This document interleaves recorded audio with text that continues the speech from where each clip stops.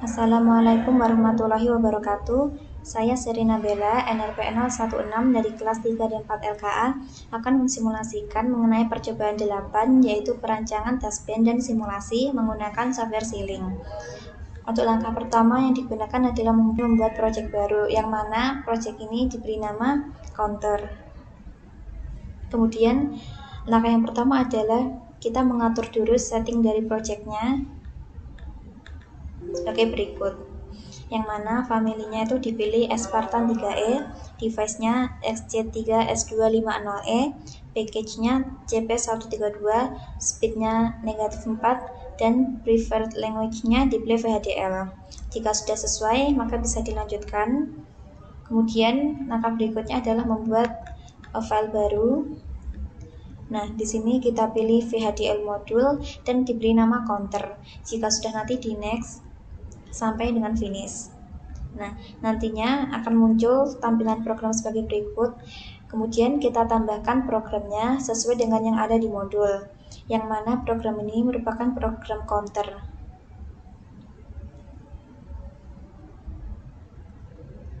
Di sini sendiri terdapat 4 buah port, yang mana yang pertama adalah clock, yang kedua reset, yang ketiga count enable, dan yang keempat adalah count out atau count output.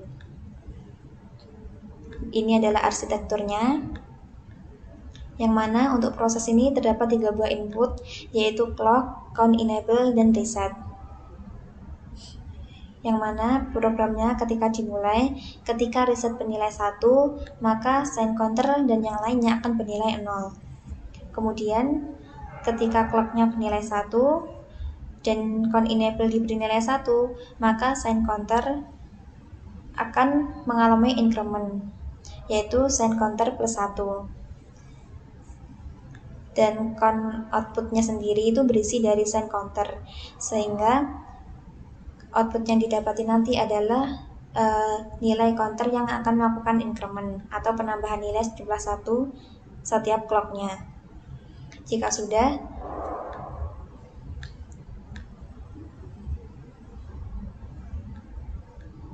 maka kita cek sintak dahulu program ini. Kita tunggu. Nah, di sini didapati bahwasanya proses cek sintaks sudah sukses dan berhasil dilakukan, sehingga program yang dibuat sudah sesuai. Untuk langkah berikutnya, ini yang tadinya view-nya implementasi, kita ubah menjadi simulasi. Kemudian kita buat file baru, kita klik judul dari projectnya ini, kita klik kanan, kemudian kita klik new source. Nah, lalu kita pilih yang VHDL dashband. Kemudian di sini nanti kita beri nama sebagaimana yang sudah dibuat adalah tb_counter. Kemudian kita klik next sampai dengan finish. Oke, nantinya akan ada tampilan program dengan nama tb_counter.vhd. Kemudian isi dari program ini kita isi sebagai berikut. Yang mana arsitekturnya ini berisi dari port-port yang digunakan, yaitu clock, reset, count enable, dan count out. Di sini count outputnya diberi nilai 4 bit, yaitu 0 sampai 3. Lalu inputnya sendiri di sini didefinisikan terdapat 3, yaitu signal clock, sinyal reset, dan sinyal count enable. Kemudian outputnya sendiri terdapat 1, yaitu sinyal count output. Lalu untuk clock periodnya itu kita beri waktu sebanyak 10 nanosecond. Jadi setiap satu clock utuh, yaitu terdapat 1 high dan terdapat 1 low, itu nanti memiliki waktu 10 nanosecond untuk mendapati 1 buah clock. Ini adalah pendefinisian dari clocknya, yang mana ketika clock bernilai 0 atau low, dia nanti akan menggunakan waktu sebanyak clock period dibagi 2, yang mana clock period tadi bernilai 10 nanosecond. Sehingga untuk mendapati kondisi clock low digunakan waktu sebesar 5 nanosecond. Dan ketika clocknya diberi nilai 1 atau high, dia juga sama, yaitu diberi waktu sebesar clock period per 2. Sehingga untuk mendapati nilai 1 clocknya itu dibutuhkan waktu sebanyak 5 nanosecond. Sehingga jika ditotalkan 1 clock utuh, yaitu terdapat 1 kondisi low dan 1 kondisi high, dibutuhkan waktu totalnya sebesar 10 nanosecond. Berikutnya adalah program stimulus proses, yang mana ketika dimulainya nanti risetnya itu diberi nilai 1 sampai dengan waktu sebanyak 100 nanosecond. Karena risetnya bernilai 1, maka seluruh keadaannya termasuk count outputnya akan bernilai 0. Kemudian risetnya diberi nilai 0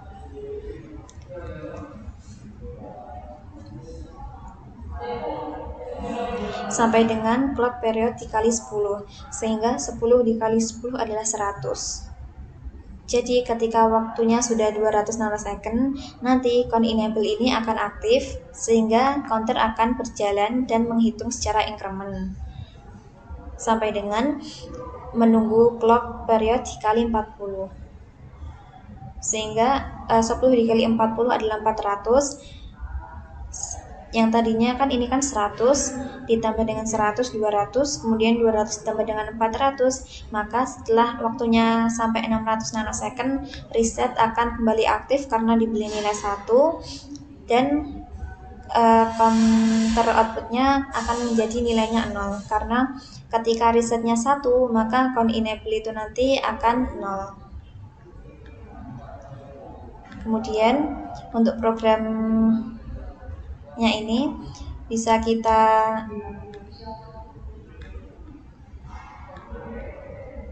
cek sintaksnya juga dengan klik kanan, kemudian kita klik run. Nah, di sini juga didapati bahwasanya proses behavioral check sintaksnya juga sudah sukses. Jika sudah sukses, maka kita bisa simulasikan dengan klik simulate behavioral model. Kita klik kanan, lalu kita klik run.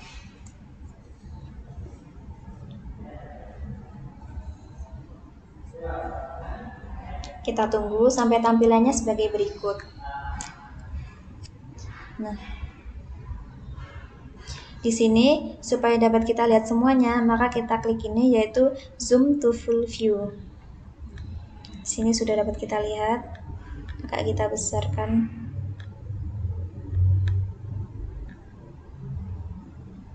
Sampai ini tidak titik-titik ya. Kita besarkan. Nah, sesuai dengan yang tadi, yang mana count outputnya itu nanti berisi 4 buah bit. Kemudian di sini ada inputnya yaitu clock, ada reset, ada count enable, dan count output ini sebagai outputnya. Kemudian kita lihat clocknya sendiri. Untuk di sini dia kan untuk satu baris ini terdapat 2 buah clock, yang mana terdapat 2 keadaan low dan 2 keadaan high. Dan pada satu periode ini dia itu memiliki waktu 20 nanosecond, sehingga benar bahwasanya untuk membuat satu buah clock yang terdiri dari 1 low dan 1 high dibutuhkan waktu sebesar 10 nanosecond, sehingga sudah sesuai. Kemudian untuk programnya sendiri tadi diprogram bahwasanya dia resetnya diberi nilai 1, sehingga ini sudah benar, resetnya bernilai high sampai dengan waktu 100 nanosecond. Kemudian setelah itu reset diberi nilai 0 sampai dengan 100 nanosecond juga, sehingga 100 ke 100 lagi menjadi 200 nanosecond. Ya, pada saat 200 nanosecond ini resetnya bernilai 0. Kemudian setelah pada waktu 200 nanosecond count enable diaktifkan, sehingga ini count enable dia menjadi aktif. Karena count enable aktif, maka dia nanti akan counternya bekerja secara increment dan outputnya ditampilkan pada count output. Ini bisa kita ubah sinyal colornya, misalnya dengan warna ini.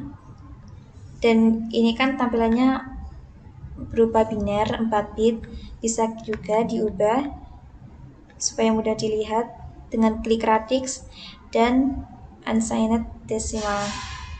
Nah, di sini sudah dihasilkan nilai dari desimalnya sesuai dengan programnya, yang mana ketika count enable aktif nanti dia itu akan mengalami counter secara increment, yaitu bertambah satu-satu setiap clocknya. Jadi pada clock pertama bernilai 1, clock kedua bernilai 2, dan seterusnya.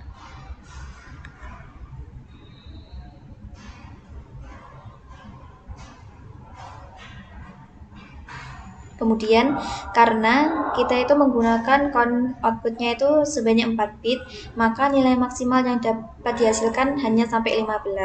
Sehingga nanti ketika setelah 15 dia akan mengulang dari awal, sehingga setelah 15 dihasilkan nilai 0 dan melakukan counter secara increment lagi. Sampai ketika waktunya tadi time period dikali 40, yang tadinya dari 200 nanosecond ditambah 400 nanosecond, sehingga ketika waktu 600 nanosecond nantinya reset ini kembali diaktifkan, sehingga count enable nanti meskipun aktif dia akan mati karena resetnya bernilai 1, sehingga counter outputnya akan dihasilkan nilai 0. Cukup sekian simulasi dari saya. Jika ada kurang lebihnya mohon maaf. Wassalamualaikum warahmatullahi wabarakatuh.